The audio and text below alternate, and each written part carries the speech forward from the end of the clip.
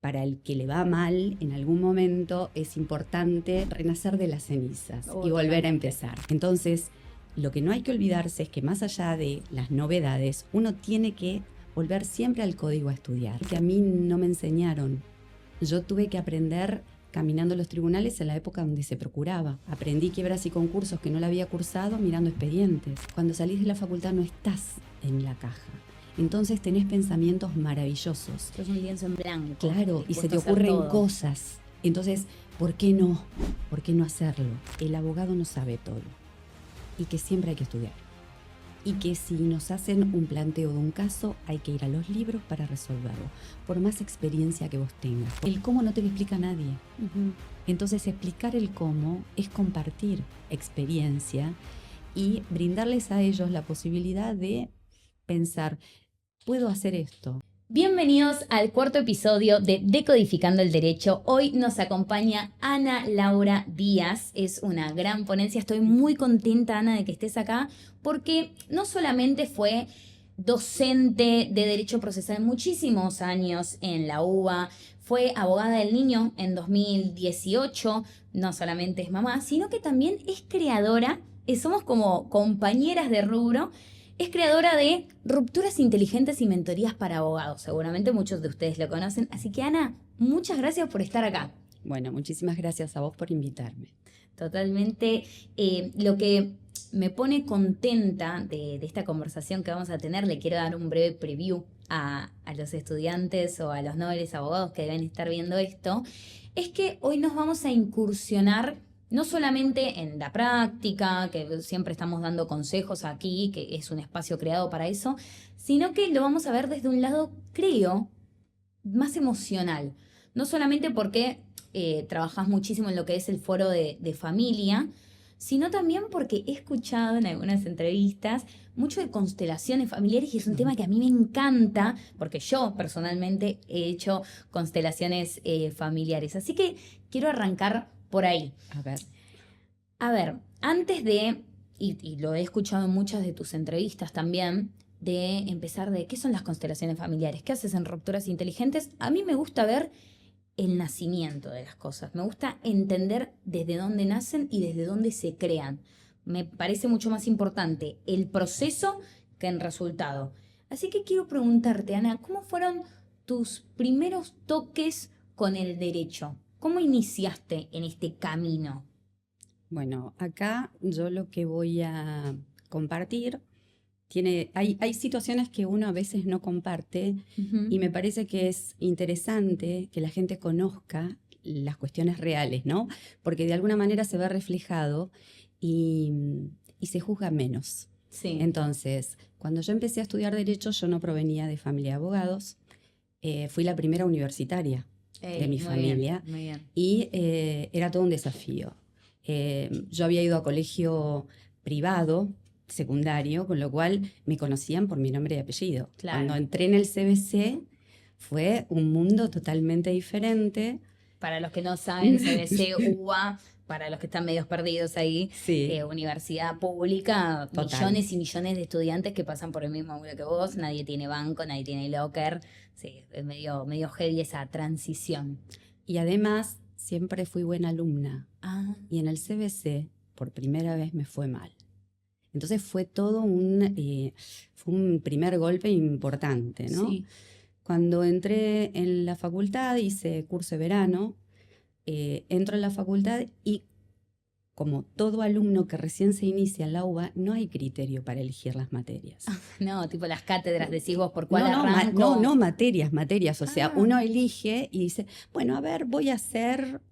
Y no tiene idea de la carga horaria, no tiene idea de lo que va a requerir el tema de investigar, leer, estudiar.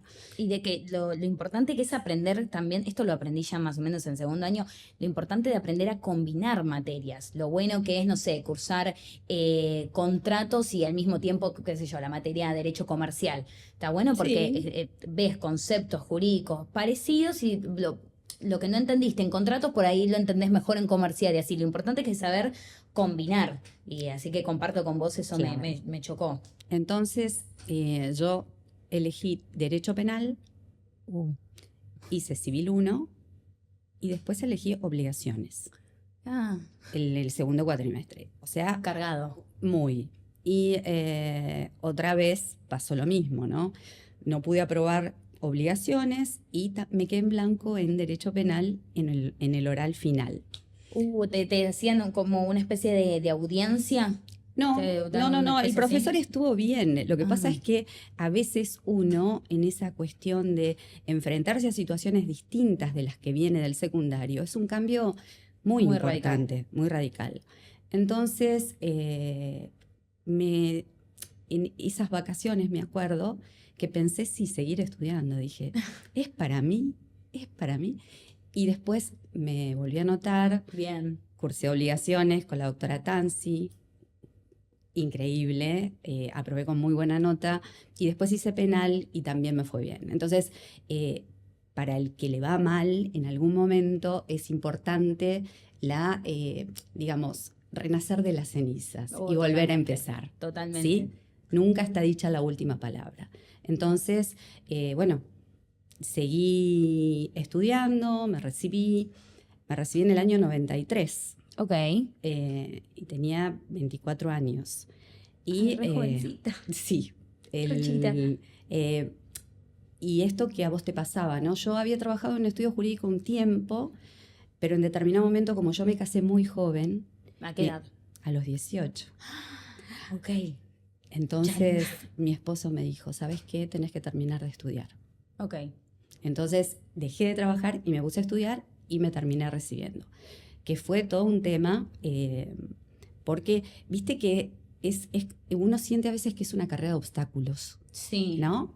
Y cuando llegas, me acuerdo que mi madre lo primero que me dijo fue, vas a hacer un posgrado. Ay, bueno, pará, dame. Dale. Bueno, entonces yo le dije, no, el posgrado quedará para más adelante. Claro. Acabo de llegar, déjame disfrutar de esto porque es importante. Asentarlo, además. Claro. Y una cosa que me llama poderosamente la atención, que yo no me imagino haciéndolo, es que ¿cómo vas a elegir un posgrado si todavía no aprendiste lo que es, no sé, mandar un oficio, una cédula? ¿Cómo sabes que te gusta esa especialización a la cual te vas a meter, no sé, 2, 3 años, dependiendo del posgrado? ¿Cómo sabes que realmente te gusta si no lo vivenciaste? La otra vuelta le escribía a una chica que consultaba por el curso y me decía, porque yo quiero seguir derecho laboral, me decía. Y le pregunté, ¿y vos alguna vez hablaste con una persona desempleada o que tuvo un accidente de trabajo? No. ¿Y vos por qué te gusta el derecho laboral? Porque la materia me encantó. Warning, por las dudas. No es por el lado de juzgar, sino de ser tal vez más prudente y criterioso a la hora de elegir tu destino. Siempre se puede realizar otro posgrado, pero ser criterioso en el lado de, primero charlar con alguien que tiene una situación que está desempleado. Fíjate si tenés la paciencia para charlar con alguien que tuvo una enfermedad laboral o un accidente de trabajo y después decidite por el mundo del derecho laboral. Eso yo se lo dije y me dijo, bueno, puede ser que me meta, ¿no? a trabajar un estudio jurídico laboral y vea cómo es la práctica y creo que es como dar pasos seguros. A mí me gusta lo que es el paso a paso, a menos que te apasione, no sé, cierta rama del derecho. ¿Vos cómo seleccionaste tu rama del derecho? ¿Qué pasó cuando te recibiste y dijiste, pará, me voy a sentar primero con el título de grado, después me fijo el posgrado? Mirá, empecé a trabajar en un estudio. Ok.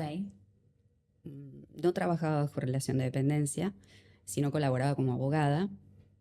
No tenía todavía el título, con lo cual estaba acotado el ejercicio profesional, o sea, no recibía clientes. Pero en el estudio se patrocinaba una sindicatura concursal. Ok.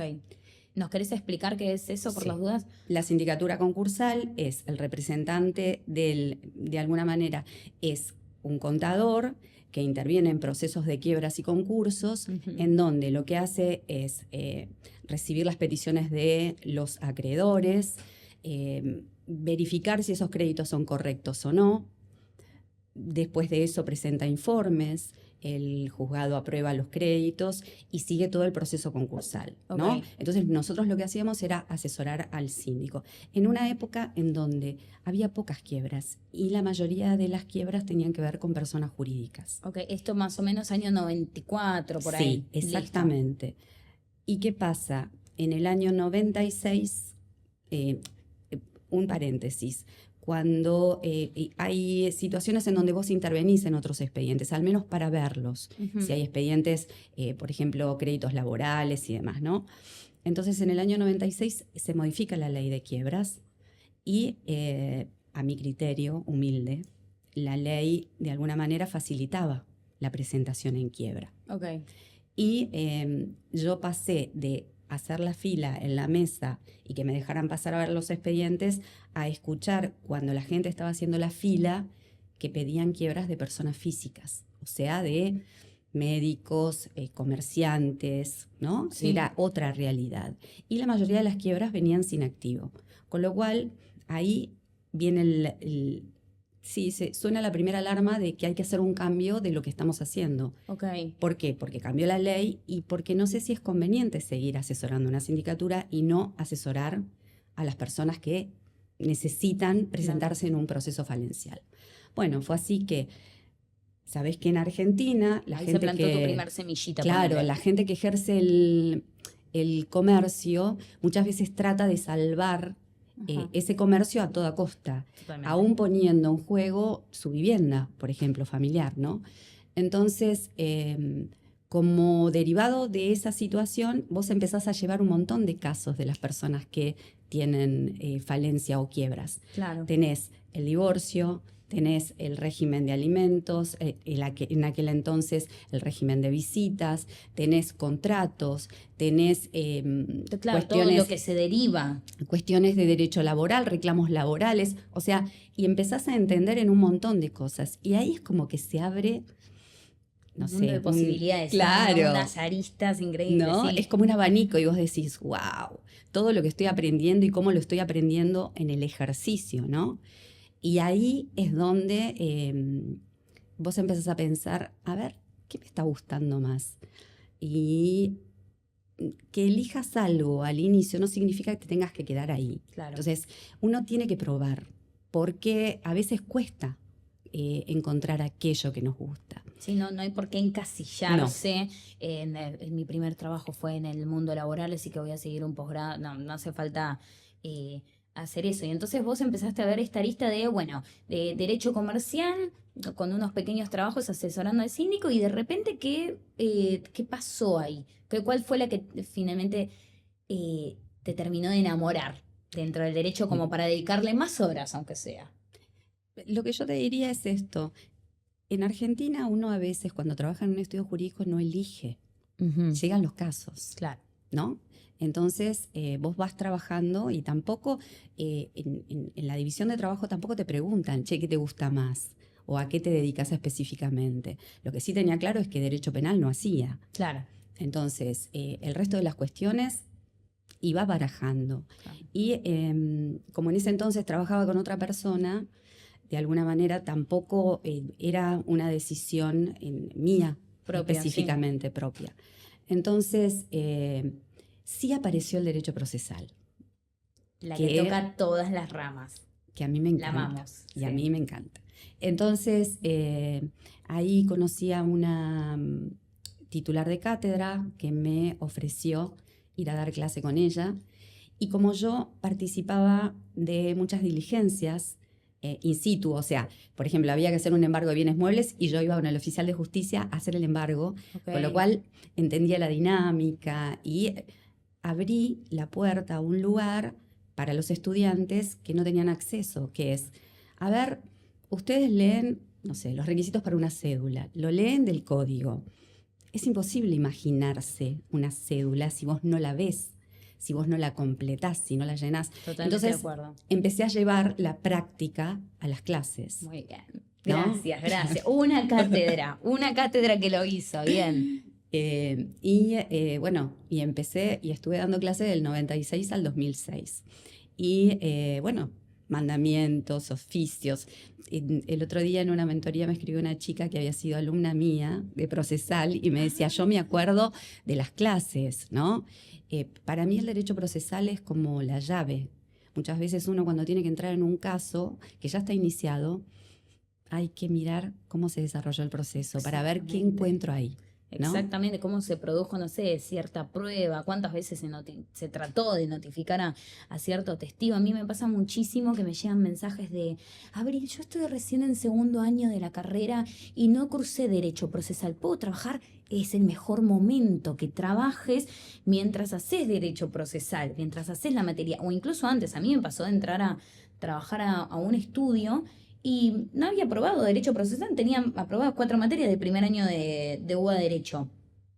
Y fue lo mejor que me pasó para mí, porque cuando llegué a Derecho Procesal era como, por eso la cédula la hacemos de esta manera. Claro, vos al tener la práctica, mi caso personal era, bueno, hago la cédula, sé qué partes completar, sé qué parte del proveído leer al momento de completar un oficio, pero no entiendo muy bien por qué. Hasta que cursé la materia y dije, es por este artículo, pero yo ya lo sabía hacer. Podía tener otro tipo de conversación con el docente. Entonces, si hay algo que yo puedo recomendar y no es únicamente por vender nuestras mentorías o por vender los cursos o el material, sino porque a mí me dio frutos trabajar mientras uno estudia, porque materializar el artículo que estás estudiando es importantísimo para no estudiar de memoria, que para mí es algo que pasa muchísimo. Hoy con la inteligencia artificial ya vamos a tocar ese tema, de que se pierde mucho comprender el concepto de fondo y simplemente estudio para aprobar el examen. Mirá que práctica profesional, por lo menos en UBA, dura 1 año y depende de la cátedra que te toque. Si haces más oficios, más cédulas, podés hablar con los clientes o no, y estás entre 30 compañeros tratando de hacer una única cédula. Entonces, no es aprobar los exámenes por aprobar, por lo menos para mí. Y tu alumna que había tenido una probadita de lo que era tu manera de ejercer la docencia, cuando volvió a la mentoría, ¿por qué volvió? Todavía no la vi, la voy a ver este jueves. Me estoy adelantando. Este jueves tengo la mentoría con ella. Pero bueno, decirle que hablamos de ella en el podcast. Muy bien, se lo voy a decir. Lo que me parece interesante en este tipo de cuestiones es, a veces es muy importante dónde vos estás trabajando. Y en los estudios muchas veces pasa que no te enseñan, no te explican. ¿Por qué? Porque sos competencia. Entonces, yo tengo una manera de pensar en donde la información hay que dársela a todo el mundo y hay que explicar, porque hay que ver qué hace esa persona con esa información. Si todos tenemos acceso, ahí se juega realmente la capacidad de la persona o no. Uh-huh. Entonces, en este sentido, también es importante donde uno se forma. ¿Por qué? Porque a veces uno entra a trabajar en un estudio donde por ahí no se trabaja bien. No, es cierto. Es importante saber a quién escuchar. Y el tema es que algo que tiene una base errada sigue creciendo sobre la base errada. Entonces, es importante elegir dónde uno pone la energía y en quién confía, totalmente, por así decirlo, ¿no? Me parece que esto es fundamental. A mí lo que me pasó fue que a mí no me enseñaron. Yo tuve que aprender caminando los tribunales en la época donde se procuraba. Aprendí quiebras y concursos que no la había cursado mirando expedientes. Totalmente. Y haciendo informes. Entonces, y volviendo a estudiar con el código en lado. Totalmente. Entonces, en este tipo de situaciones, lo que yo te diría es esto. Es cierto que uno puede ser autodidacta, lleva más tiempo, sí, ¿no? Porque solo es más difícil. Ahora, tener una guía, alguien que te explica o que de alguna manera, uno cuando sale de la facultad, hay algo que me parece maravilloso. Si bien somos educados en una materia o en una rama muy rígida como es el derecho, es así, sí. Cuando salís de la facultad no estás en la caja.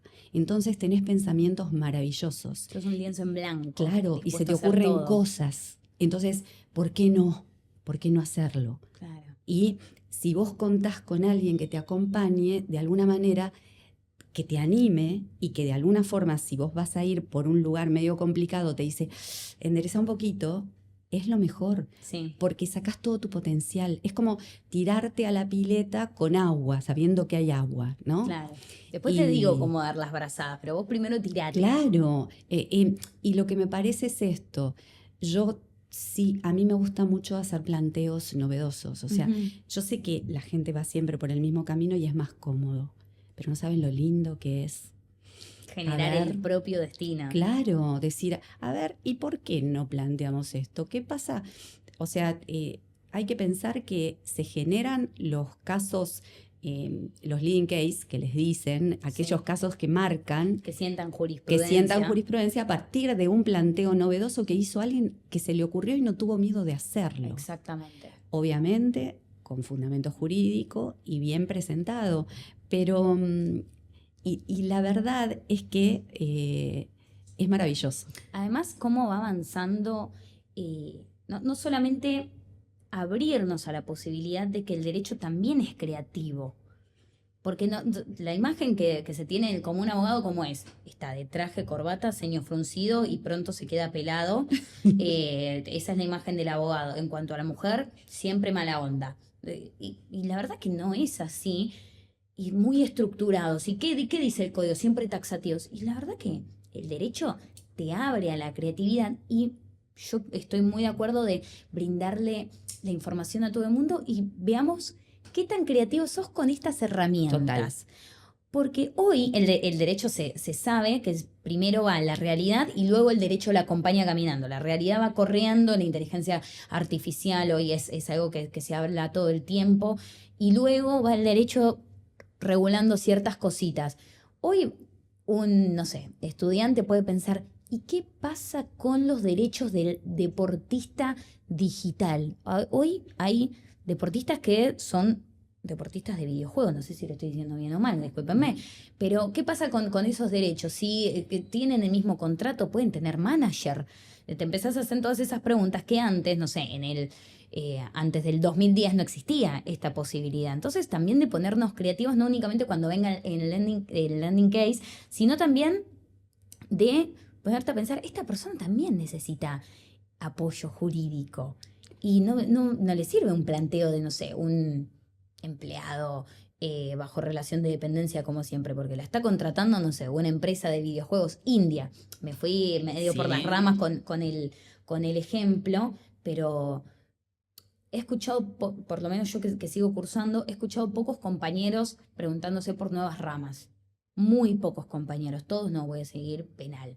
¿Penal qué? No, penal a lo sumo ciberseguridad. Que esa es la más, hablé hace poco con José Luis Mariani y es como la más novedosa. Pero después no suenan tanto las novedades. Vos con estos nuevos noveles abogados, ¿te han tocado escuchar una nueva rama que vos decís, esto no lo tiene nadie, esto están haciendo acá? Lo que yo te diría es esto, no, nuevas ramas no, sí con una estudiante con quien me tocó compartir la etapa de la ley del 2024 del Día del Abogado, Sí. María Fiorentini, que se encarga de todo lo que es o tecnología Ujú. desde el punto de vista jurídico, ¿no?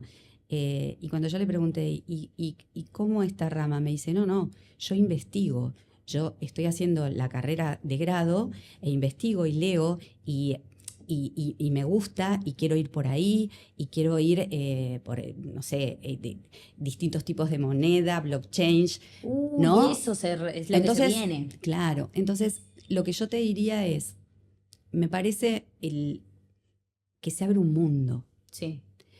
Ahora, hay una cuestión que también me parece interesante. Yo creo que los fundamentos tienen que estar, ¿no? Y, por ejemplo, cuando recién hablabas de ciberseguridad, uno tiene que poder entender por qué están pasando las cosas que están pasando con las estafas bancarias, ¿no? Ujú. Y por qué de alguna manera se genera la responsabilidad del banco y cómo se genera esto. Y para eso tenés que ir al código.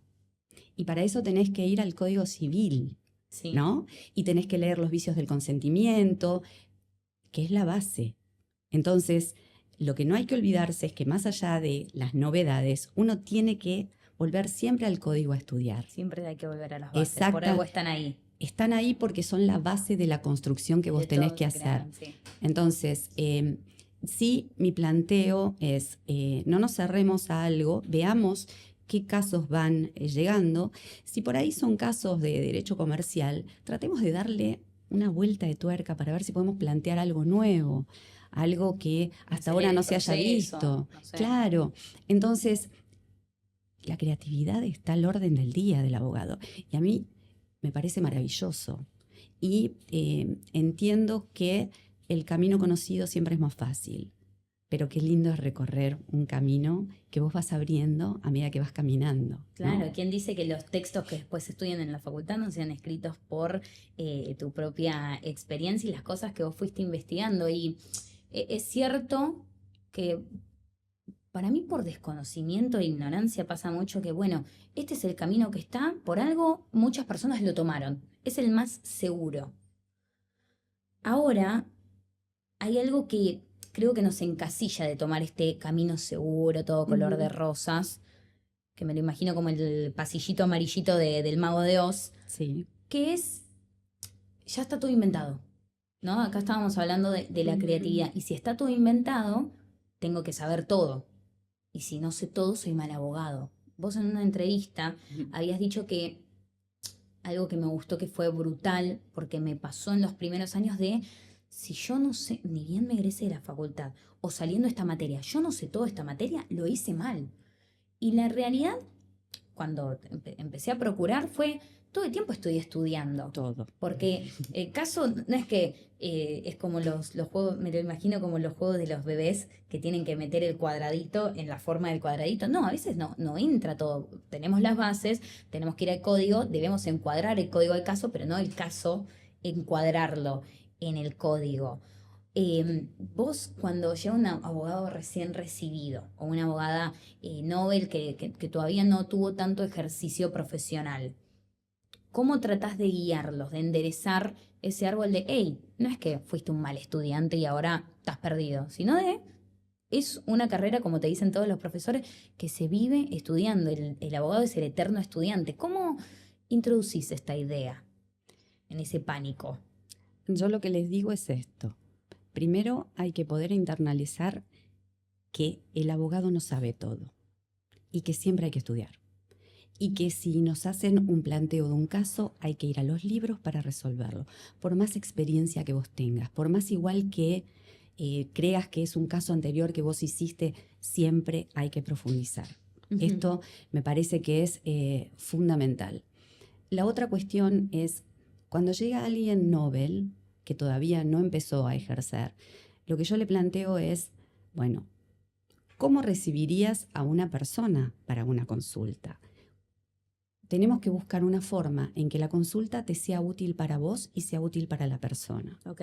Entonces, a mí me llevó un montón de tiempo encontrar un método de consulta, ¿no? Entonces, veamos qué método te resulta a vos. Porque, por ejemplo, a mí me resulta el método de yo hablo con la persona y después, si nos ponemos de acuerdo en la consulta, yo preparo un cuestionario para que esa persona conteste. Lo que fija un marco de la consulta, que es por escrito. Obvio. Que no se salga de ahí. En protección del cliente y en protección del abogado, que es lo que está teniendo a la vista al momento de dar el diagnóstico jurídico, ¿no? Que no es algo menor. Entonces, con esto, recién me pongo a estudiar y veo, a ver, acá, ¿qué instituto se está tocando? Vamos a leer. ¿Qué es lo último que hay acá? ¿Se puede hacer este planteo? ¿Por qué? Porque lo que me parece es, para poder aprovechar la consulta, es necesario este trabajo. Sí. Muchos piensan que la consulta es te escucho. No, eso no es consulta.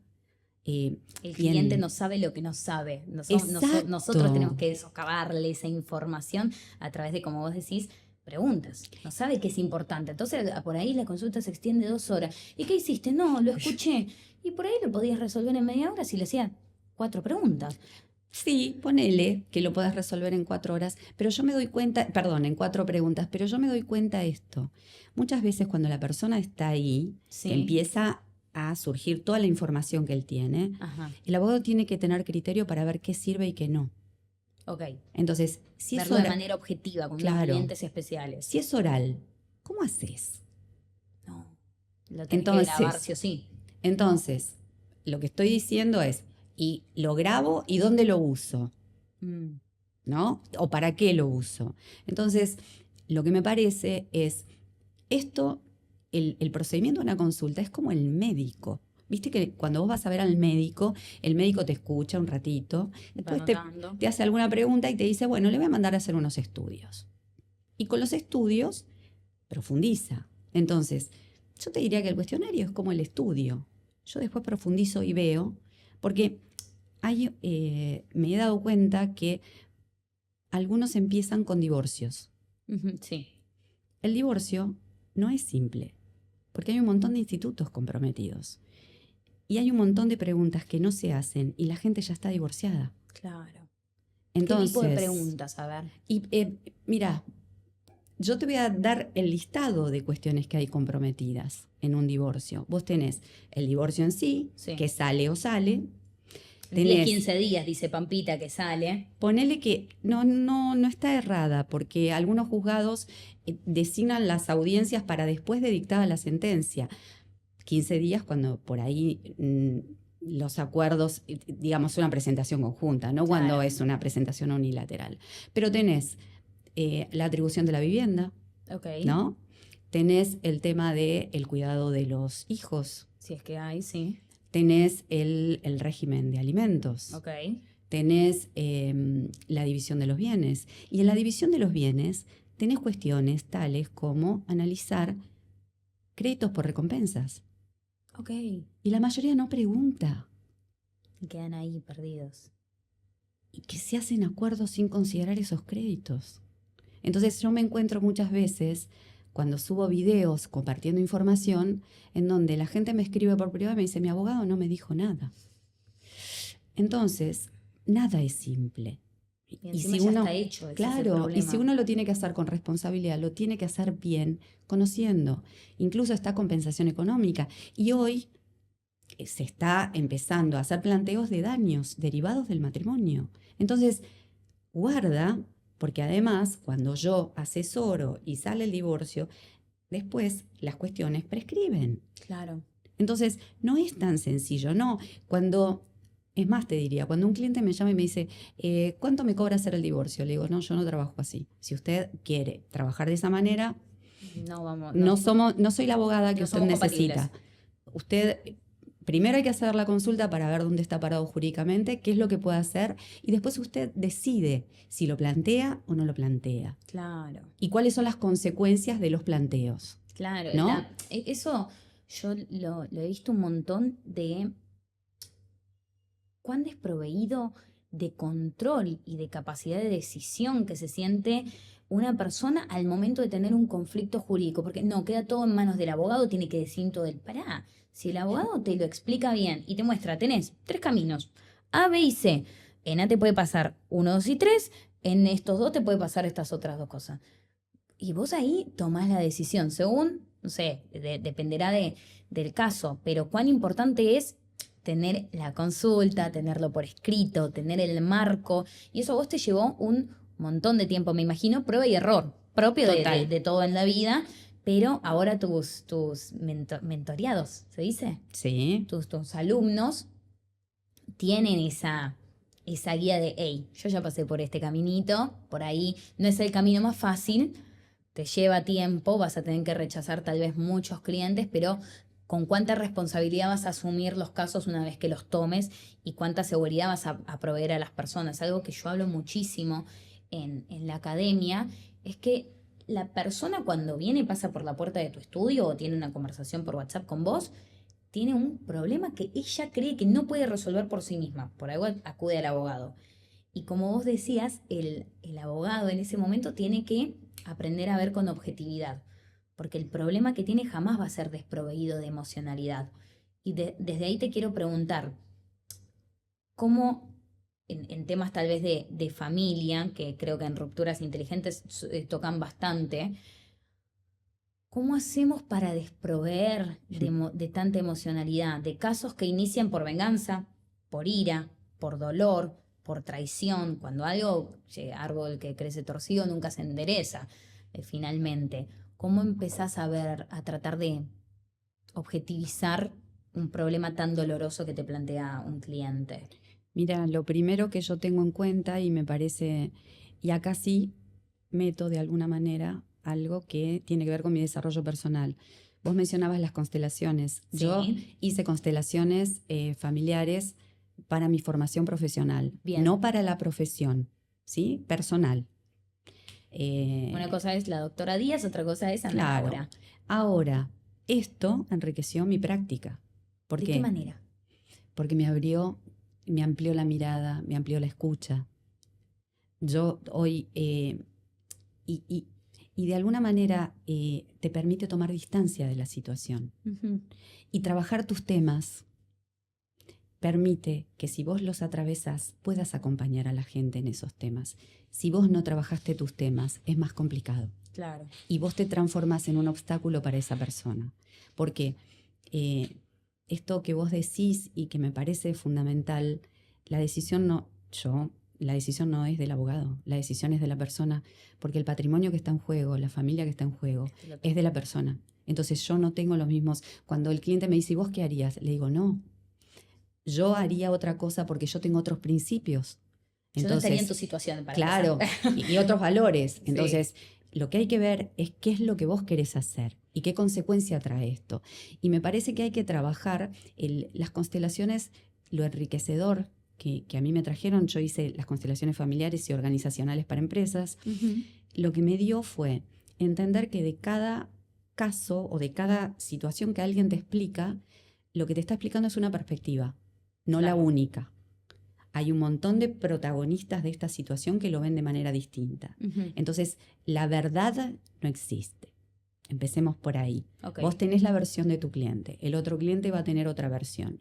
Y vos tenés que ver cómo haces para ahí encontrar puntos de contacto, para tratar Ir armando ese rompecabezas, claro, ese ir armando. entramado. Y a veces le quitan valor al tema de los acuerdos.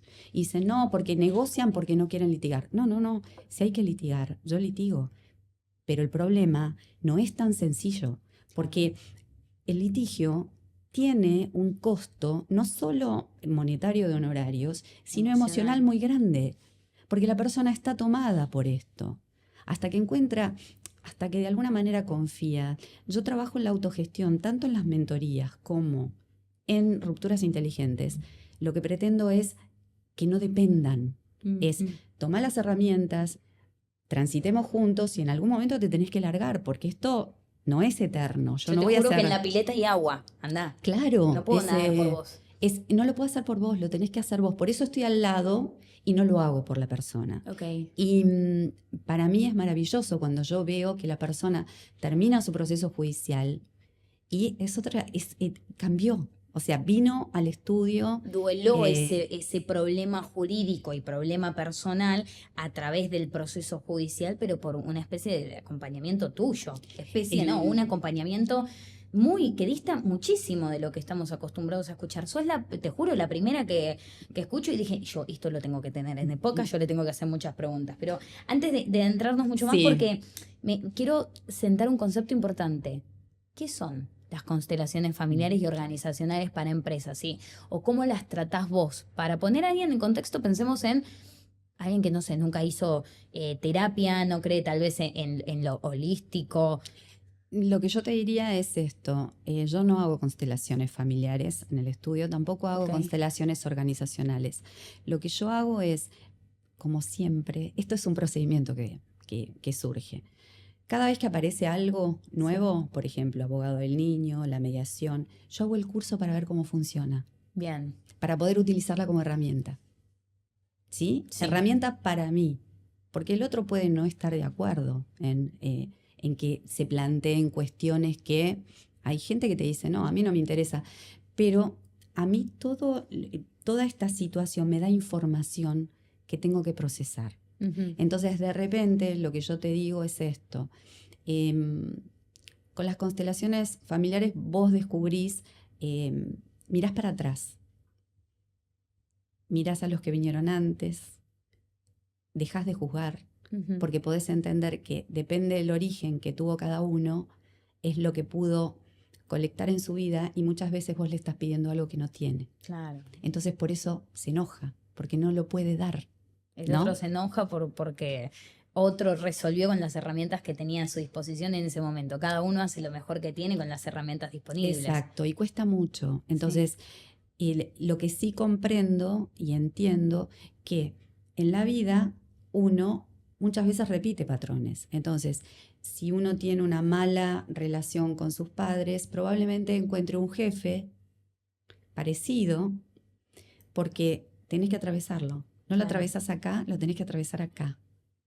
O sea, no te podés escapar. Y si te vas de ese trabajo y vas a otro, te va pasando lo mismo. Exactamente. Por eso la gente elige mal dos novios, por eso me pasa. Siempre me pasa lo mismo. Sí. Hay una frase que me gusta que es: la vida siempre te va a poner enfrente las situaciones hasta que las resuelvas. Ya sea con, no sé, mi mamá era controladora, por ejemplo, un jefe controlador, un novio controlador, amigos controladores, todo, hasta que vos resuelvas ese tema que tenés con el control. Lo siento mucho. Bueno, yo lo que te diría es ¿Cómo que... impacta lo jurídico acá? Mira, es muy interesante lo que trajiste, porque vos hablas de control, ¿no? Lo que yo te diría es, hay mucha gente que nació en una familia en donde el control lo tenía el otro. Entonces se acostumbró a que el control sea externo. Claro. No tiene control interno, no tiene autocontrol. Entonces, hay que trabajar el autocontrol, hay que trabajar el límite, hay que trabajar esto. Y si yo trabajo esto, lo más factible es que pueda ver estas personas que llegan y en lugar de dejarlas entrar a mi vida, empiece a elegir a otra clase de personas. Pero tenés que poder verlo. Si vos no lo ves, no sos consciente de esa situación, no es posible. Mi manera de analizar las cosas es distinta. Cada uno es distinto, hay un análisis propio. Y a mí lo que me interesa siempre es entender. Si yo puedo entender, puedo ir desarmando esta madeja. Si no comprendo, es difícil. Me voy por el camino de siempre. Exactamente. Entonces, lo que yo te diría es, cuando viene alguien, los temas de violencia que son muy complejos, tienen que ver con repetición de patrones. Entonces hay que mirar para atrás, hay que ver cómo fueron los padres de esa persona, los abuelos, porque hay cosas que vienen de atrás. Yo le hice una entrevista a la directora del Instituto de Neurociencias, Flavia Baljusti, que la subí al canal de Rupturas, y es una entrevista maravillosa porque ella habla del trauma, cómo impacta el trauma en la vida de la gente, cómo tiene que ser la persona que acompaña procesos, en este caso jurídicos, a personas que han atravesado traumas o que lo continúan atravesando. Claro. Cómo vos podés ir ayudando para que esta persona se corra de ese lugar, ¿no? Y ella habla de un concepto que me parece maravilloso. En realidad varios conceptos, pero uno en particular que tiene que ver con las 4 distancias. ¿Cómo serían? A ver, es la primera vez que la escucho. El tema es, por ejemplo, vos y yo tenemos un tema que estamos analizando y si nosotros nos ceñimos a que las dos estamos en un lugar paradas en un escenario, lo que yo veo es esto. Si yo bajo la platea, lo que veo ya cambió. Claro, es mucho más amplia la mirada desde más lejos. Bien. Veo más gente. Sí. ¿Sí? Sí. Si me voy al hall, más aún. Ahora, en algún momento, lo que yo tengo que hacer es salir de ese teatro y cerrar la puerta. Porque si me lo llevo a mi casa, esto me invade. Claro. ¿No? Entonces... te quedas pensando en el problema del otro y Julia tiene que ver a las hijas y no sé qué. Y eso no ayuda. Claro. Entonces, fíjate vos cómo este concepto de 4 distancias es muy importante para los profesionales que acompañamos procesos. Esto que vos decías, ¿cómo hago para dejar la emocionalidad allá? Te habla mucho de la empatía. ¿No? Y que tenés que ser empático. Sí, ok. Ella habla de ecpatía. Epa, este concepto es nuevo, ¿cómo sería? Bueno, la ecpatía tiene que ver con, yo entiendo que vos estás vulnerable, entiendo que estás sufriendo, pero puedo determinar que el sufrimiento es tuyo, no mío. Y ahí es donde ¿sí? Ella lo que cuenta o decía en la entrevista es que ella fue jueza de menores. Uy, sí. Y las cuestiones que le tocaban resolver eran muy complejas. Entonces es muy difícil a veces no dejar que esa emocionalidad te lleve. ¿Y te ha pasado de decir, che, me voy del estudio, fin de semana, estoy con mi familia, con mi propia familia, la que yo con buenas decisiones traté de construir, y estoy acá pensando en el caso de fulanito, y me lo llevo, y me lo llevo, y me lo llevo? Por más de que conozco estas herramientas de tratar de ser empático, pero también generar distancia y límites, ¿te ha pasado? Y si te ha pasado, ¿cómo saliste de esa situación? Por ahí no pasa de esa manera, pero pasa que alguien te llama ¿O cómo sería? el fin de semana. Ah, bueno, sí. Sí. Sí, los clientes no respetan mucho. La urgencia. Claro. Entonces, acá es el primer concepto importante, es Sí. qué es urgente y qué Sí. no.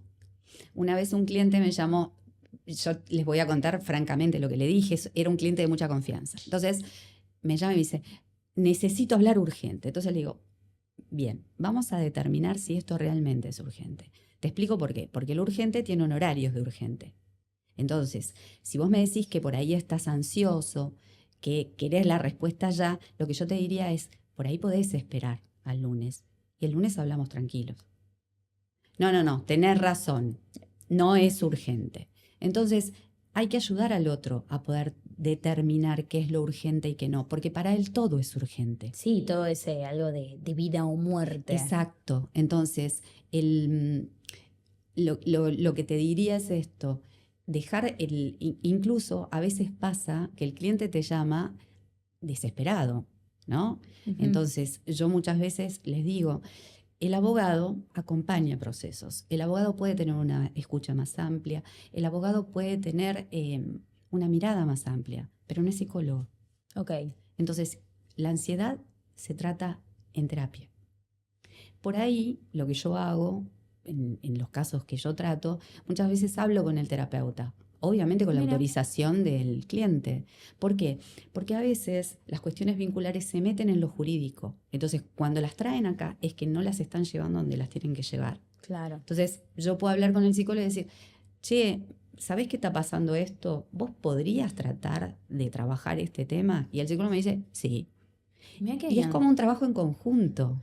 Claro, ¿no? yo lo que me estoy imaginando, nunca lo vi desde esta perspectiva, entonces estoy tratando de masticarlo acá en mi cerebro. Lo que me imagino cuando vos me decís esto de hay un trabajo conjunto entre terapeuta y operador jurídico de, habíamos dicho que el abogado no elige, tiene que elegir el cliente. Ahora, si el cliente tiene una ensañación y vos le decís, mira que si vas por el lado C, te la vas a pegar contra la pared, te estás ensañando y las consecuencias jurídicas no son del todo óptimas si elegís este otro camino. Pero finalmente el cliente tiene la decisión. Ahí es cuando le hablas con el terapeuta y decís, che, me parece que este está un poco vengativo, se levantó esta semana, ¿por qué no lo tratás? Porque se va a dar contra la pared, le va a salir cualquier cosa después. Sí, lo que yo te diría es esto.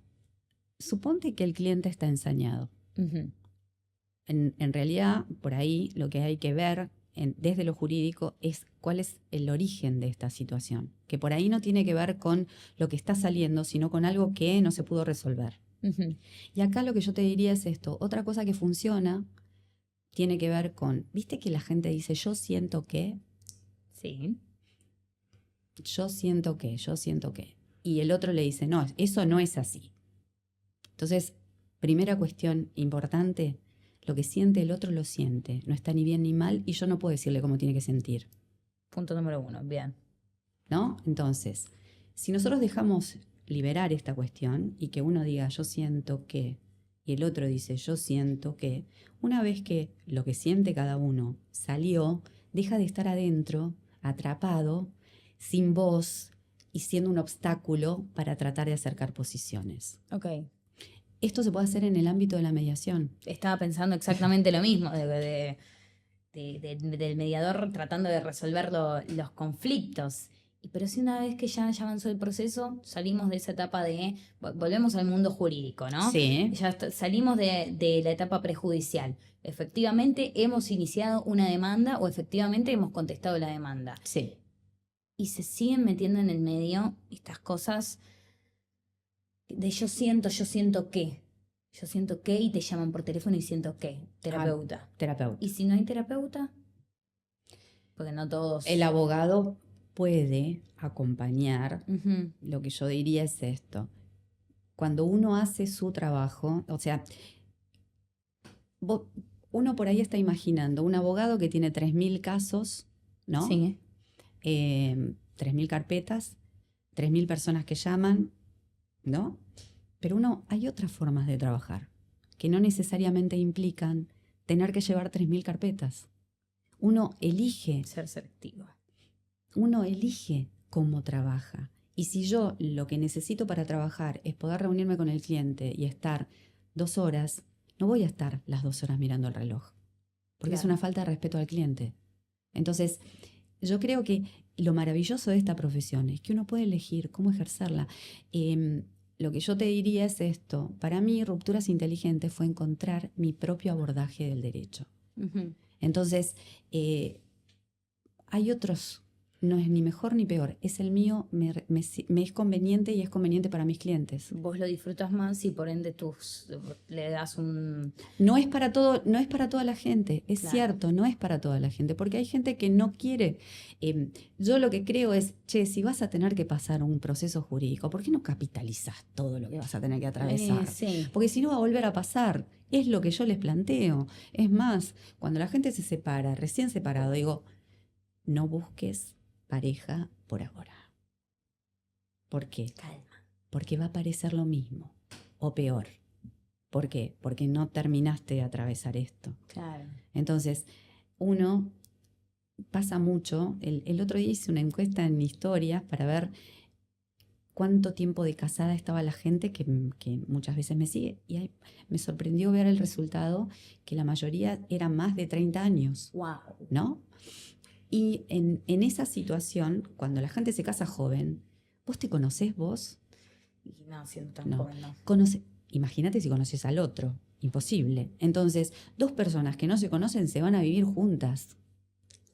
O sea, sale bien, no explota porque, no sé. Hay mucho amor y trabajo ahí en el medio. No lo sé, o porque están trabajando todo el tiempo y se ven poco, o porque se está desarrollando cada uno, ¿no? Ujú. Pero no es la mayoría de los casos. La mayoría de los casos uno se desarrolla y el otro no. Se queda ahí. Entonces, que se queda acá, si en algún momento no le doy la posta para que se desarrolle, junta. Sí, es un lastre para el otro que está ahí por los cielos volando. Entonces, en algún momento... Sí, claro. Divorcio. Entonces, esto no es un tema menor. Entonces, cuando uno forma una pareja, es importante, sería ideal, conocerse uno, ver qué cosas yo estoy dispuesto a compartir con el otro, pero sin renunciar a mí. Me gusta esto que estás trayendo porque estoy tratando de verlo con distancia y desproveyéndolo de esta parte del amor, la relación amorosa entre 2 personas, que sabemos que existen muchas más aristas, pero entre 2 personas, bla, bla, bla. ¿Sabes qué me generó ruido? Me vino acá el diablito y me dijo, esto pasa lo mismo cuando te recibís y buscas un socio. Buscas un socio, pará, vos te llevás bien estudiando, ¿lo viste trabajar a tu compañero de trabajos prácticos que te entregaba todo a último momento? Pregúntate si querés trabajar de la misma forma que estudias con tu compañero de facultad. ¿Te ha pasado? Porque rupturas inteligentes no simplemente son cosas de familia, sino rupturas laborales, claro, disolver sociedades. Claro. ¿Cómo rupturas inteligentes? consejos podés dar en cuanto a... La cuestión es esta. A veces uno no elige, ¿no? Y pasa esto de, primero, empezar a trabajar en un lugar. Sí. A medida que vos te vas a... La incomodidad cómoda, ¿no? Uh-huh. No estoy bien acá, pero ir a otro lugar... Me conformo, bajo la vara. Entonces... Bajo mis expectativas. La cuestión es esta. Bueno, el tiempo va... A medida que va transcurriendo el tiempo, cada vez aparecen más diferencias, Ajá. ¿no? Entonces, no sé si yo hubiese elegido, terminé ahí, no sé si hubiese elegido a alguien así. Y por ahí después termino de otra manera. Rupturas inteligentes surge de 2 disoluciones de de estudios, por así decirlo, con 2 colegas, Claro. quienes fueron mis maestros de que yo tenía que hacer lo mío. Y me costó y me llevó un montón de tiempo llegar a la conclusión y decir, che, yo no puedo trabajar. O sea, puedo trabajar con alguien asociado en determinadas cuestiones y está bueno poder reconocerlo. Sí. Pero yo necesito estar sola, soy feliz. O sea, llego al estudio, nadie me interrumpe, puedo estudiar, tengo mis tiempos. Abordás o sea, el derecho de la manera que a vos te gusta. Exactamente. Es tu hoja de línea. Es mío. Y en esto hay que entender que muchas veces cuando alguien se suma al proyecto de otro, acepta ese proyecto. Entonces, ¿es el lugar para mí o yo tengo un proyecto propio o quiero tener algo propio? Quiero hacerlo de manera distinta. A mí lo que me pasaba era, yo trabajé con personas que por ahí eran conflictivas. Entonces, yo era como el bombero que venía después a apagar el incendio. Y yo me di cuenta que un abogado tiene que saber cuándo conciliar y tiene que saber cuándo litigar. Y en el litigio, no necesariamente el otro es el enemigo. No, es a quien tengo enfrente, pero si nosotros estamos en un proceso de familia, lo que tenemos que entender es que estamos trabajando en una familia y que de acuerdo a cómo nos manejemos, esto puede terminar bien o podemos destruir lo poco que hay. Claro, ¿no? Podemos generar un trauma generacional. Entonces, en el futuro, colaborar. Yo te diría, ¿sabés cuántos abogados hay cuyos padres han tenido un divorcio tremendo y después ellos acompañan a clientes en divorcios tremendos y como ellos no pudieron atravesar y profundizar en esto que les causó el divorcio de sus padres, lo ponen en el divorcio que están acompañando? Lo replican y lo llevan como propio, como si fuera su propia situación. Terrible. ¿Y qué consejo podríamos darle cambiemos de receptor? ¿Qué consejo le podríamos dar a una persona que está buscando un abogado que lleve con criterio su caso, que se ponga la camiseta del caso, pero que no lo aborde como si fuera propio, poniendo allí todos sus prejuicios, todos sus traumas? O mismo pasa ahora mucho en las redes sociales que vemos, no sé, abogados haciendo cualquier cosa por tal de tener likes, comentarios, visualizaciones, y mientras más visualizaciones tengo, más clientes. Y dicen cualquier paparrochada por ahí, que el cliente, no sé, dentista, que es panadero, la verdad que no sabe si está diciendo una pavada o está diciendo algo lógico dentro del minuto que te permite Instagram en un reel. Sí. ¿Qué consejo le podríamos dar de, che, acá hay ciertas red flag, o si ves que te hacen estas preguntas, tenés un abogado criterioso? Lo que yo te diría es esto. El otro día hablaba con una clienta y la clienta me dijo que un abogado le dijo, si vos no haces lo que yo te digo, dejo el caso. Esa es una red flag, te diría yo. Pero no es también poner el límite de ahí, de cuando vos decís, che, no me estoy pudiendo congeniar con este cliente. Traté, pero tenemos maneras de trabajar muy distintas. Evidentemente no soy tu abogado, no lo pude ver a primeras luces. ¿Cómo se hace para dejar el caso sin dejar en banda al otro? No, como vos dijiste, uno lo acompaña para que elija a un nuevo abogado. Cuando está el nuevo abogado, le pasa toda la información necesaria para que pueda seguir. Claro, una transición segura. Claro, la cuestión es esta, pero es importante ver esto que vos decís, no soy el abogado para esa persona. Okay. Pero no es tan común, porque eso hiere el ego. Ah, sí.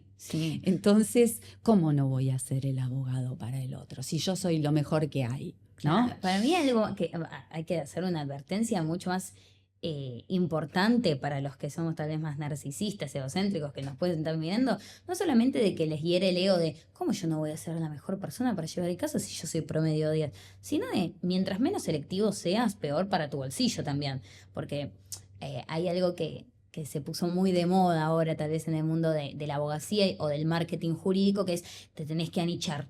Para mí, anicharse es una de las mejores cosas que puede tomar un profesional de cualquier índole, porque vos, cuando vas al médico y te duele la muela, no querés un kinesiólogo, querés un dentista que estudió para resolver tu problema de la muela. Yo no sé si quiero un penalista para disolver mi sociedad, porque no va. Y así tenés que ir anichándote cada vez más. ¿Cuáles son los top 3 casos que llegan a poner a rupturas inteligentes? Hubo una disolución de un estudio Ok. en donde yo tenía un colega que ejerce derecho penal. Pudimos trabajar bien, Bien. pero porque lo llevamos a el lugar que era. Era un conflicto comercial, no era penal. Ujú. Entonces, pero hay que tener cuidado, porque si no termina en un lugar donde no tiene que terminar. Bueno, los divorcios desde ya. Y divorcios con mucho conflicto en la parte de los niños, porque lo que no resuelve la pareja Se lo quieren trasladar a los lo nietos. trasladan y es la forma de continuar en contacto. Nos une el espanto, ¿no? Ah. No el amor. Y lo otro que te diría, por ahí, algún conflicto laboral muy especial.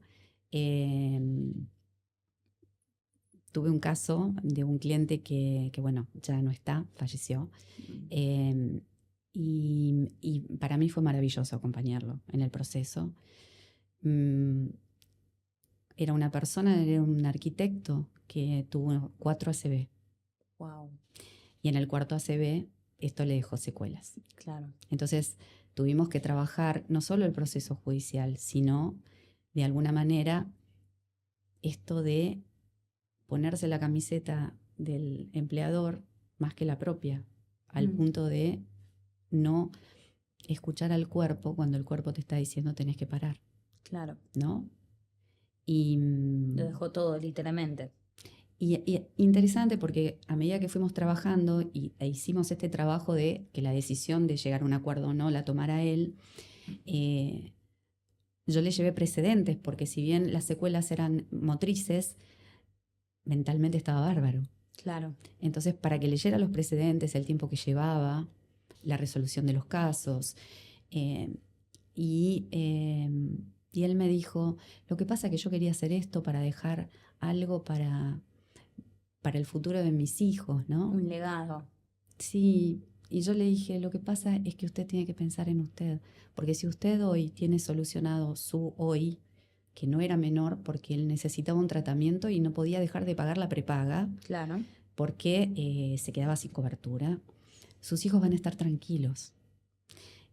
Acuérdese lo que lo llevó a pensar más en el otro que en usted. Es el momento, ¿no? Y esa mirada amplia. claro. Ahí está lo que vos decís de la mirada amplia, esos Entonces, leves comentarios. Y entonces terminó llegando al acuerdo. Si bien terminó arreglando él quería un poco más de dinero, nosotros hicimos el acuerdo en dólares y durante ese año él terminó cobrándolo, el dólar subió y el dólar bajó y él terminó cobrando lo que tenía que cobrar. Claro. O sea, con la conversión de los dólares que se cambiaban a pesos, terminó cobrando lo que él quería. Claro. Entonces, y arreglándolo en el momento, en el presente, sin esperar tanto tiempo. Genial. Pero esto es cuando muchas veces en los casos laborales me ha pasado en otro, en donde el cliente me dice, bueno, pero esto tiene que cerrar porque a vos te llevó un montón de tiempo. Entonces yo le digo, ¿sabés qué pasa? Mi cuenta es distinta. Ponele que yo cobro honorarios tanto. Yo lo divido por la cantidad de días que tuve que estar pendiente de este expediente para poder cobrar. Entonces, cada día que dura este expediente, cobro menos. Claro. Si a vos te cierra, a mí me cierra. Le tiene que cerrar al cliente. El honorario nunca tiene que ser un impedimento para llegar a un acuerdo. Y a veces lo es. ¿Has visto cómo se estiran procesos con tal de hacer más jugosa la regulación de honorarios? Bueno, pero por eso te digo que lo que me parece es, hay que estar atento, porque a veces el cliente necesita la plata. Sí. Entonces, si el cliente necesita la plata, ¿quién soy yo para oponerme o obstaculizar ese acuerdo? Claro, contextualizar el acuerdo. No, por eso yo creo que la figura del abogado en nuestra sociedad está muy deteriorada y lo que nosotros tenemos que lograr es volver a elevarla, porque el abogado es alguien que de alguna manera la gente recurre a él para ordenar procesos, para la aplicación de la ley, ¿no? Y busca autorregulación, el control, ¿no? Sí. Al menos legal de la situación. Entonces, pero no hay que perder de vista que el cliente es el que trae el caso, que el cliente es el que tiene que decidir. Es la prioridad. Es la prioridad. Entonces, todo esto en la facultad no nos lo enseñan. No. Como vos decís, es tu manera de abordar según tu experiencia y también los valores intrínsecos de cada uno como persona. Y hablando de estos valores, estos son los valores de Ana. Sí. Vos en Rupturas Inteligentes, me imagino que no llevas todos los casos sola, ¿o sí? ¿O Sí. tenés un equipo? No, lo llevo yo. Absolutamente todos, nada se delega. No. Wow. No. Son todos. Hay cuestiones que por ahí se trabajan en conjunto, algunas cuestiones. Ok, ¿como ¿no? cuáles? ¿Qué ejemplo me Por podrías dar? ejemplo, tengo un cliente que es una empresa que de repente tiene un problema puntual con el de aduana, entonces lo que yo hago es, yo no hago derecho aduanero. Entonces lo que planteo es, vamos a consultar. Yo busco el profesional y ese profesional prepara la parte del escrito necesaria y la otra parte la llevo yo. Claro. Pero es muy difícil que los clientes quieran trabajar así, pero es la mejor forma de hacerlo. ¿Por qué decís que es difícil que quieran trabajar así? Porque implica hacer entrar a otro abogado y pagar honorarios a otro abogado también. Okay. Pero la cuestión es esta, la otra es que me paguen a mí para estudiar algo que el otro ya sabe. ¿Cuál es el sentido? No. Entonces, y además eso enriquece el escrito. Hicimos una presentación una vez ante la FIP en donde yo llevaba la parte, si querés, administrativa, estaba el abogado que había hecho la parte tributaria y una abogada que había hecho lo constitucional. Claro. Eso es lo que eres escrito. Era hermoso, sí, maravilloso. Bombón. Entonces, claro, ¿por qué? Y se consiguió el objetivo, que era que la FIP parara una ejecución. Entonces, eso es lo que importa, no importa quién. Lo que importa es cómo hago para conseguir el objetivo. Cómo encauzarlo, y si lo mejor es otro, es otro. Bien. Y no pasa nada. Ok, me gusta eso de aprender a delegar, saber cuáles son mis fortalezas. Che, este tema no lo tengo bien pulido, o me das tiempo para estudiarlo, o le preguntamos a alguien con años de experiencia que ya lo estudió, que se dedica a esto ampliamente. Si no sabías, Ana, yo te consultaba por la figura del auxiliar jurídico, que es uno de los roles que a mí más me gusta tocar dentro de la academia, porque siento que desde tu mirada te quiero preguntar si lo ves como una especie de, no le quiero decir desperdicio, pero tal vez pérdida de recursos, el auxiliar, o en algunos casos lo ves como necesario. Me ha pasado desde el rol del auxiliar de decir, che, me parece que este caso lo acabo de salvar yo con mi tontería, que es una tontería con mi escrito, tal vez de mero trámite, de estarle encima tal vez un testigo que era la estrella del proceso, y siempre contándole al abogado, por supuesto, para que no quede sin luces, para que esté al tanto de todo, pero hacer un poco de Robin y de Batman. ¿Cómo lo ves vos? Tal vez no dentro de Rupturas Inteligentes, tal vez no dentro de tu fuero, pero no sé si te llegan consultas de mentoreados, de alguien que quiere expandir el equipo. ¿Cómo lo notas vos este rol hoy en día, 2026? Es interesante lo que vos planteás, porque vos podés hacer ese rol de auxiliar jurídico o podés supervisar los casos. Ok. Y la supervisión puede ser, por ejemplo, esto que vos decís, che, este cliente es como que algo pasa. Entonces, yo hago terapia. Lo hablo con mi terapeuta. Mirá, me está pasando esto en este caso y empezamos a ver qué hay. ¿Por qué? ¿Para qué? Para sacarlo de esa situación de molestia, ¿no? Sí, para que no te genere fricción. Exacto.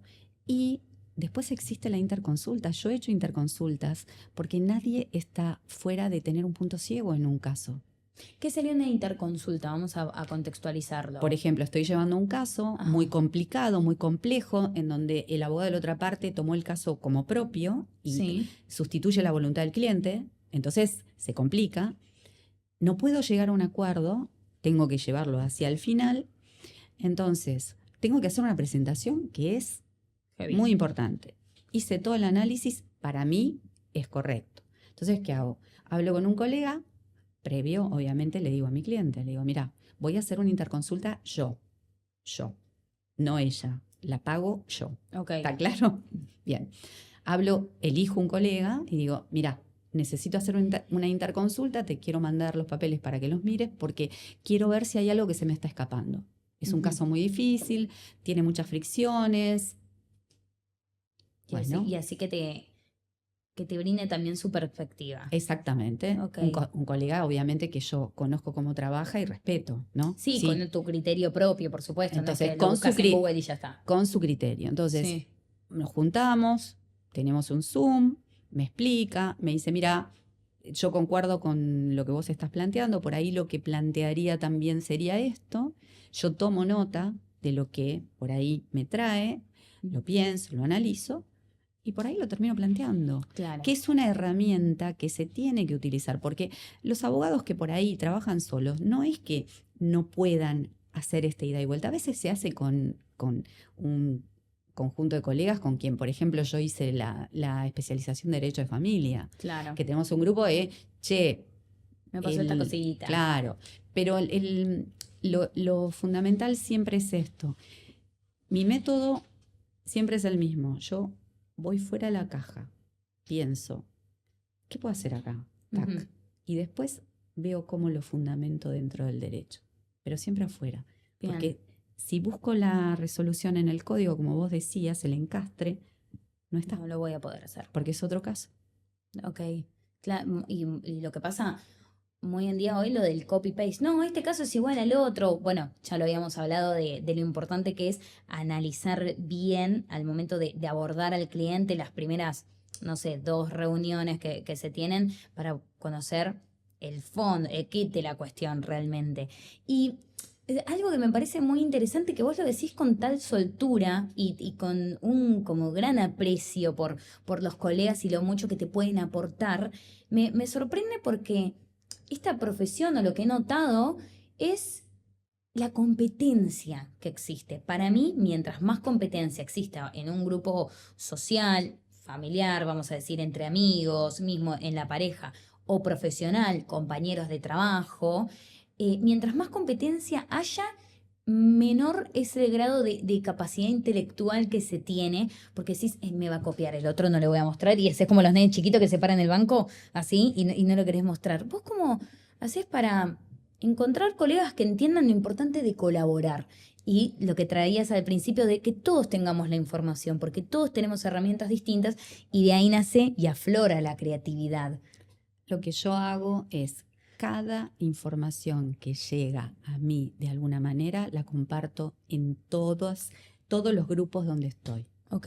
En todos. O sea, precedente que surgió, yo estoy en unos WhatsApp, en unos chats del Colegio de Abogados de San Isidro, en el Departamento de Derecho Civil y en el Departamento de Derecho de Familia. Las discusiones que tienen lugar, el nivel académico de esos intercambios es impresionante. Okay. El material que se comparte. Son muy valiosos. Claro, incluso muchas veces, por ejemplo, la entrevista de Valjusti, yo la subí.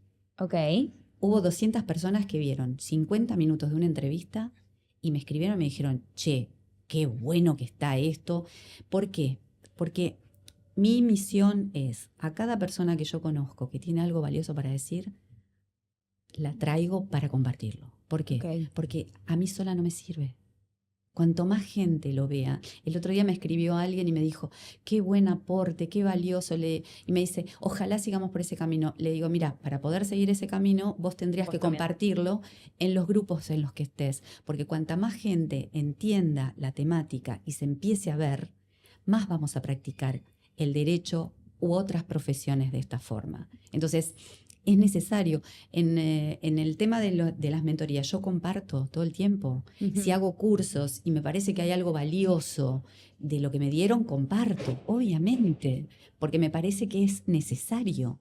Y también, no solamente nutre este grupo que vos tenés, sino a todo el ambiente en general, porque yo la capacidad de una única persona, no puedo tener todos los casos de familia para enterarme de todos los landing case, para enterarme de todos los cursos que hay. Necesito que alguien me auxilie en esta pata de capacidad de trabajo, y además de que todos lo puedan compartir. A mí lo que me parece interesante es que no te sientas mal con vos misma como profesional. Porque, ¿por qué tengo que hacer una interconsulta? O porque no sé absolutamente todo de este tema si yo trabajo hace más de 30 años. ¿Por qué tengo que hacer la interconsulta? ¿Te ha pasado de tener mentoreados que te digan o que aborden así el síndrome del impostor? De yo trabajo hace un montón o yo me saqué 10 en esta materia. Lo hablamos un poquito al principio, pero de esta parte de compartir, creo que lo que se escapa al querer guardarte toda la información es que denota una gran inseguridad Total. por el propio intelecto. ¿Vos cómo les decís que compartan además? ¿Cuál es tu bajada de línea? Yo lo que les digo es esto. Primero que, como la mentoría que yo hago es 1 a 1, claro, es otra cosa. O sea, hay una comodidad y uno puede mostrar todo sin ningún reparo, ¿no? Okay. Entonces, por ejemplo, tengo una chica que me dice, yo soy medalla de oro, y me doy cuenta que hay un montón de cosas que no sé. Wow. ¿Entendés? Sí. Entonces, que ella confíe en mí para decirme semejante cosa es muy importante. O alguien que me diga, la verdad es que esto no había pensado en esta posibilidad. O cuando sale una resolución después que preparamos un recurso juntos, sí, me la comparten. Total. Entonces, y si no la comparten y me cuentan a mí, les digo, por favor, ponelo en el grupo, porque todos tienen que saber que es posible. Esto es posible. Es una cuestión de proponérselo. Vos tenés lo que son 1 a 1 y no tenés como, no sé, reuniones de Meet en donde hay 20 personas, o sí tenés eso. ¿No tenés un laboratorio de casos? Sí, tengo un laboratorio de casos, pero el laboratorio de casos es una vez cada 45 días, ponele 2 meses. Porque tenés que preparar cierta información para llevarles. El caso que yo trato, o sea, el laboratorio legal tiene algunas cuestiones que tienen que ver con analizar, hacer la autopsia de un caso. Sí. ¿No? O puede ser, si no es la autopsia de un caso, tratar, no sé, un precedente importante que salió. Okay. Y traigo a alguien para comentarlo.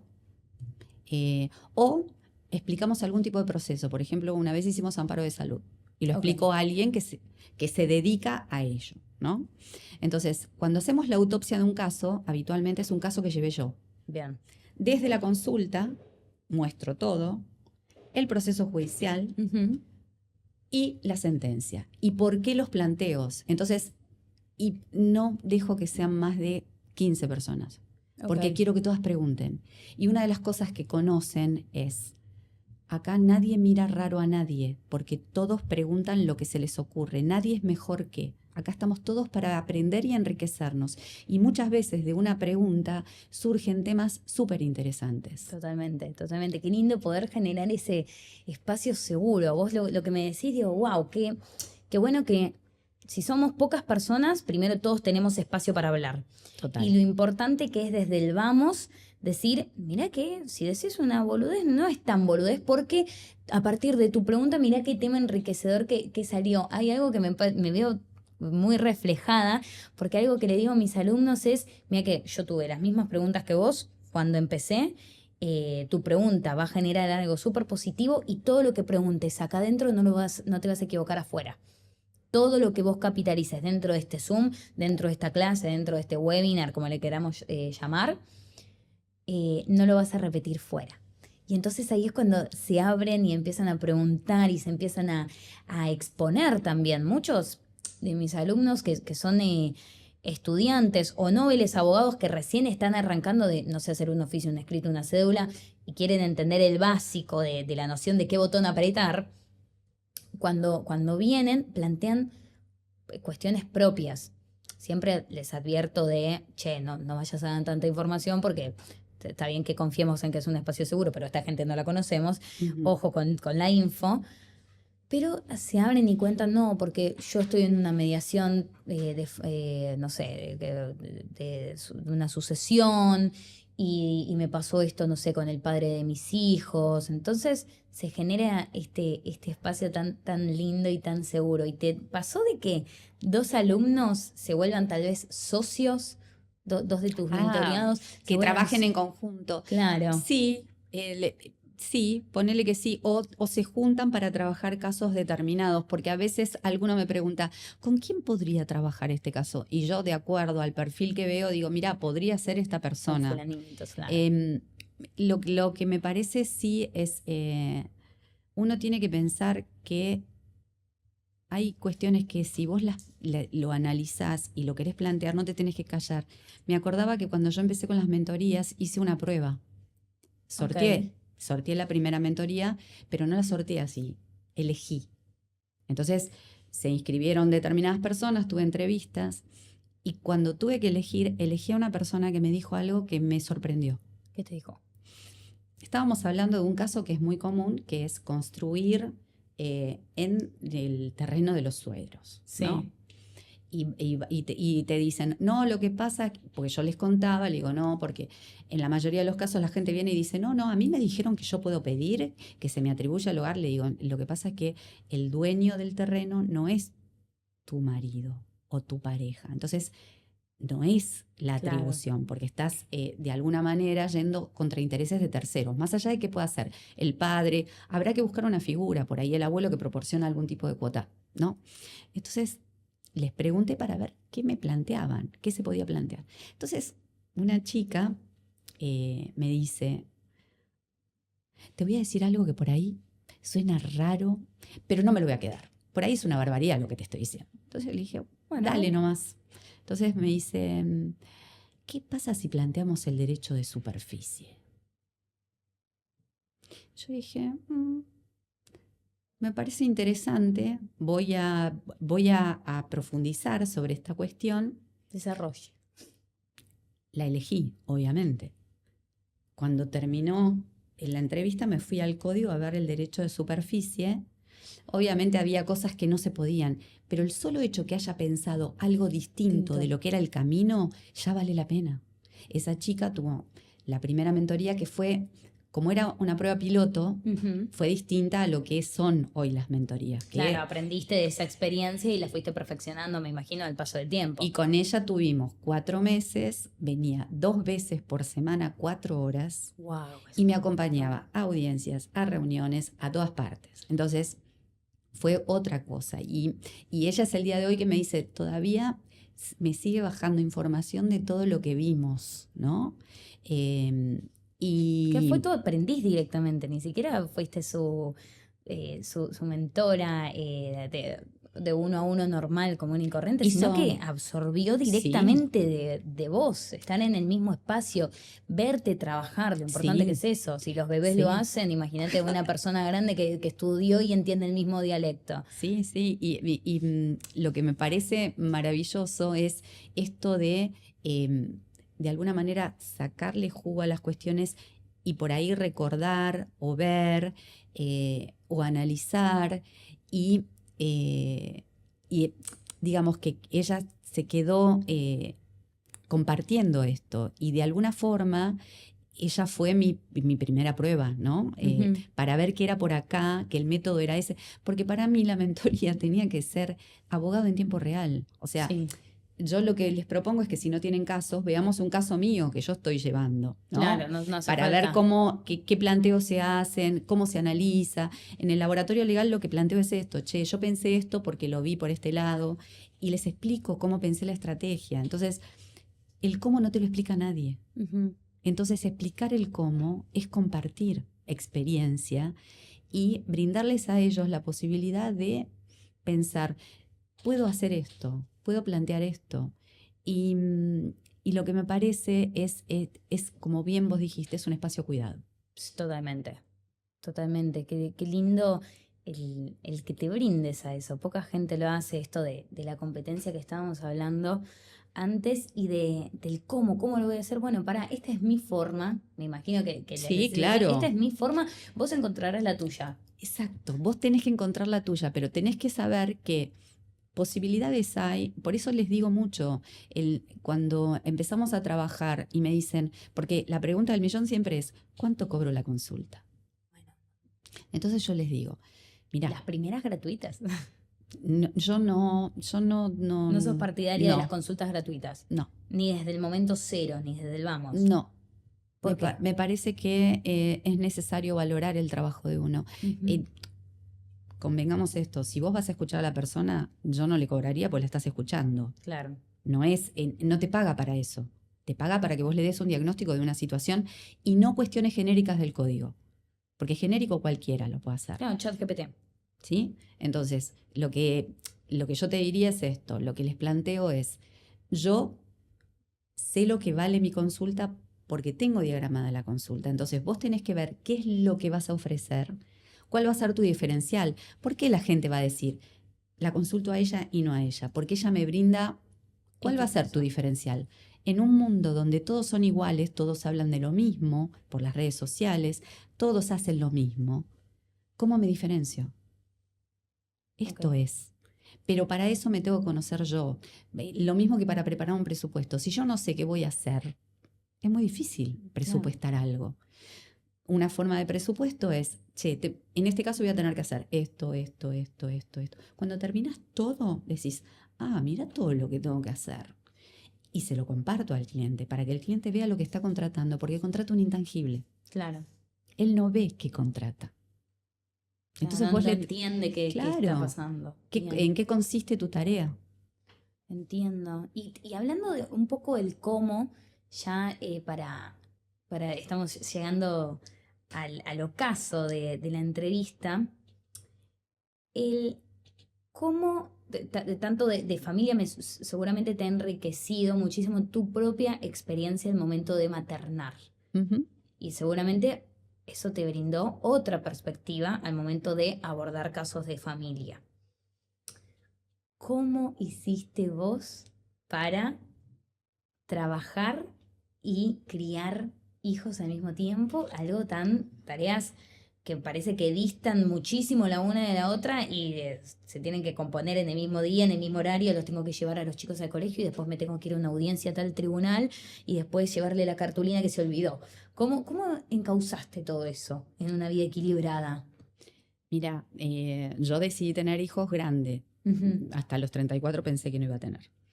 Después vi a mi cuñada con mi sobrino y me conmovió tanto que dije, no me puedo perder esto, ¿no? Y a los 36 tuve a Lautaro y a los 41 a Alejo.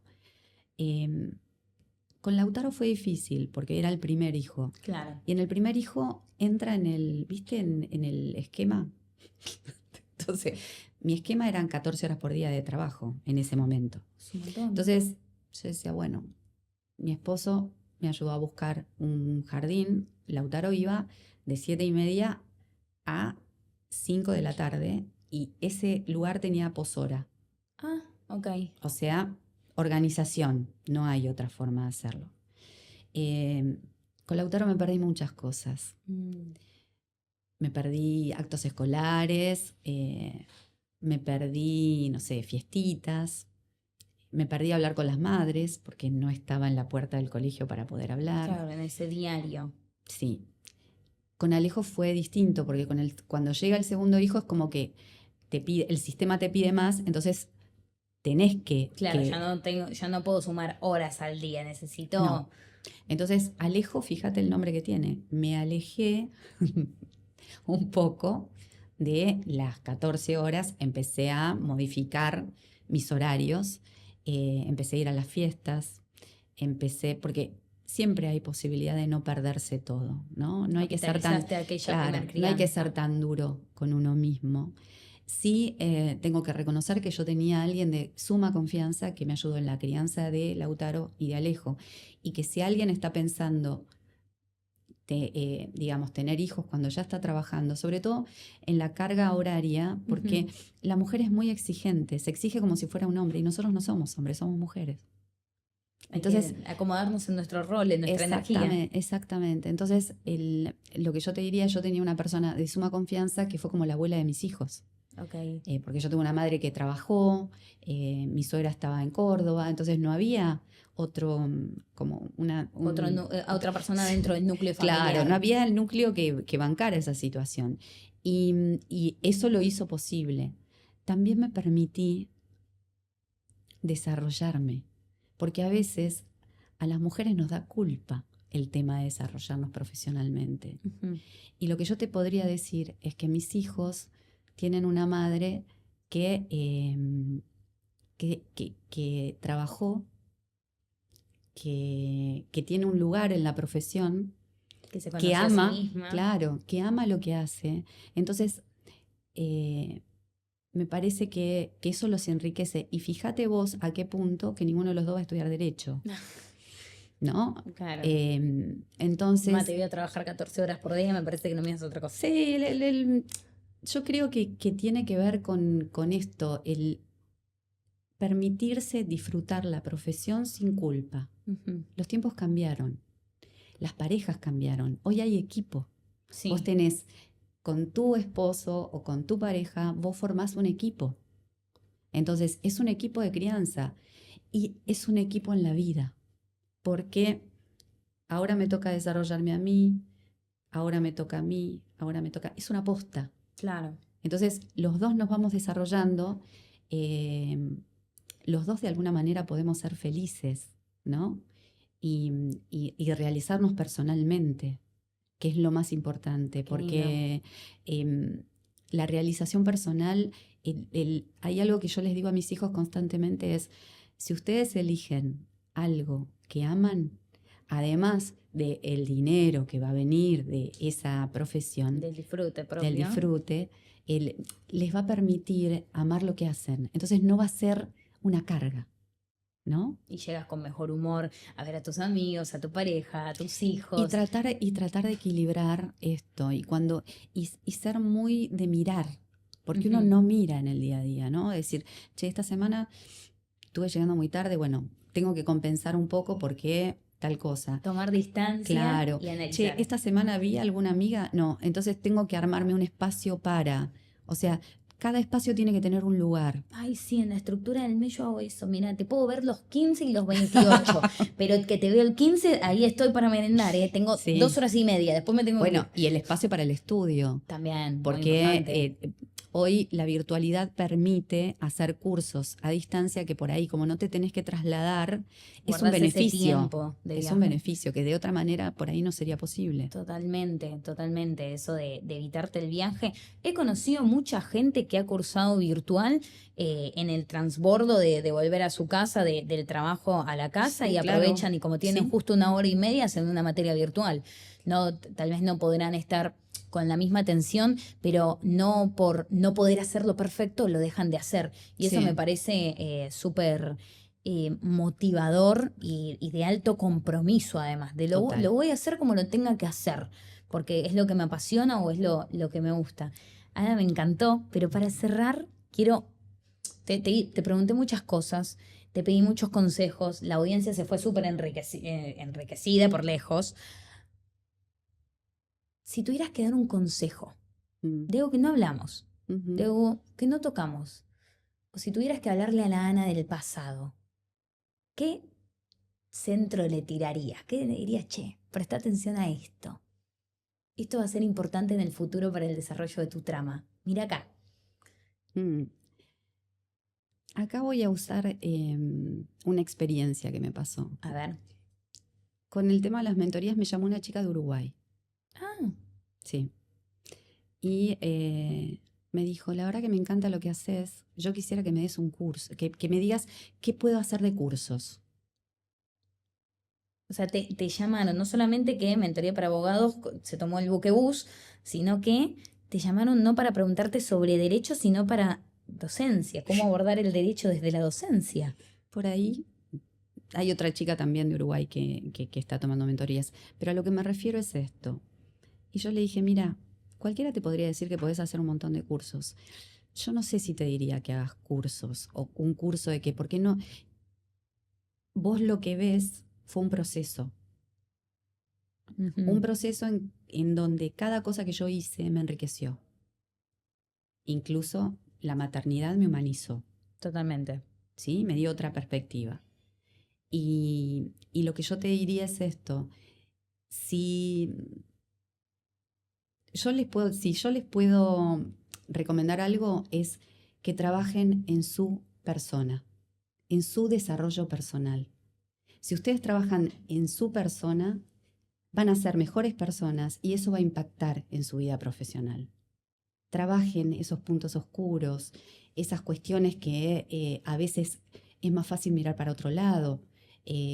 Trabajen esas cuestiones dolorosas que hay que atravesar, porque si no la vida se las va a poner enfrente por ahí en los casos, y esto va a perjudicar el trabajo profesional. Entonces, trabajen, enriquezcanse. No digo que salgan corriendo a hacer constelaciones, busquen lo que a ustedes les parezca necesario hacer y miren esos lugares, porque de alguna forma esto, insisto, impacta en toda la vida. Yo creo, yo no hice las constelaciones familiares antes de tener a mis hijos, las hice después. Y fíjate vos que el hacerlo de alguna manera me permitió comprender el pasado, ser más compasiva conmigo, menos exigente. Y esto impacta en toda la familia. Entonces, los cursos profesionales se pueden hacer, pero primero la persona. Totalmente. ¿Sí? Totalmente. Ana, me encantó. La verdad no me quiero ir. No me quiero ir. Quiero seguir escuchándote horas y horas. Sé que Rupturas Inteligentes tiene un canal en YouTube. Sí. Hay que ir, mirarlo, hay que seguir escuchándote, porque tu mirada del derecho es, bueno, lo dicen en todas las placas, las revistas, entrevistas que te han hecho, muy disruptiva, muy humana y empática. Y creo que estas voces son las que tienen que subir el volumen y dejar de escuchar tantos reels de 1 minuto. Estoy muy contenta con todo lo que me compartiste, tenés una energía increíble. Mil gracias por haber sido la primera invitada en Decodificando el Derecho. Y ahora hablándoles directamente a ustedes, si les gustó el episodio, síganla a Ana, voy a dejar sus redes sociales ahí en la cajita de la descripción. Comenten, ayuden al canal a crecer y nos estamos viendo en un próximo episodio de Decodificando el Derecho.